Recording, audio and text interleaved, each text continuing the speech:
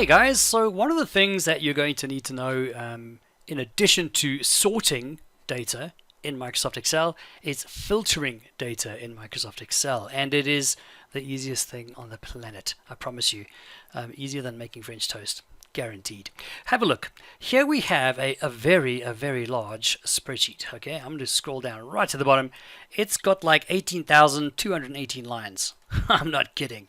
This is the COVID-19 data from May 2020, okay? And it's got all the dates and cases, deaths, cases per million, deaths per million, and population of every country on each date.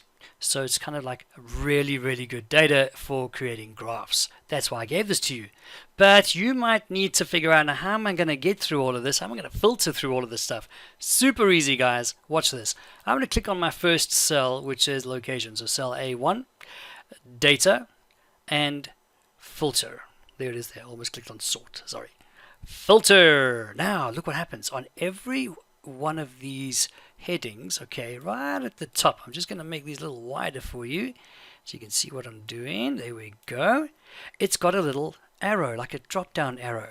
So for example, if I wanted to choose just a specific location, specific country, I could click here, and here I can actually go ahead and select just what I want.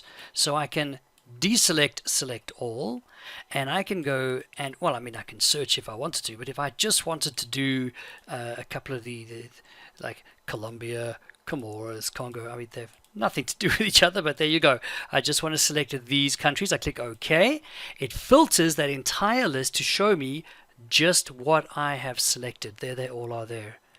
Okay, I could also bring that down even more and go, okay, well, I've got those, so let's talk about a date. So let's do just the end of April. So let's go to April. I'm going to make this a little bit bigger. Go to the end of April this year. Okay, so the last day was the 30th. There it is there. Click OK. Much better. So now I've got just those countries on that date and some information. I can now create a graph based on this because I've been able to filter through all that information. So have a try. Use your filtering. There it is there. Okay. Data, filter, and then select the things that you want to then filter out or in and create your graph according to that. When you are done doing your graphs and all your filtering, if you need to clear that, again, sort and filter group, there it is there. Just say clear. Click on clear and you're back to where you were.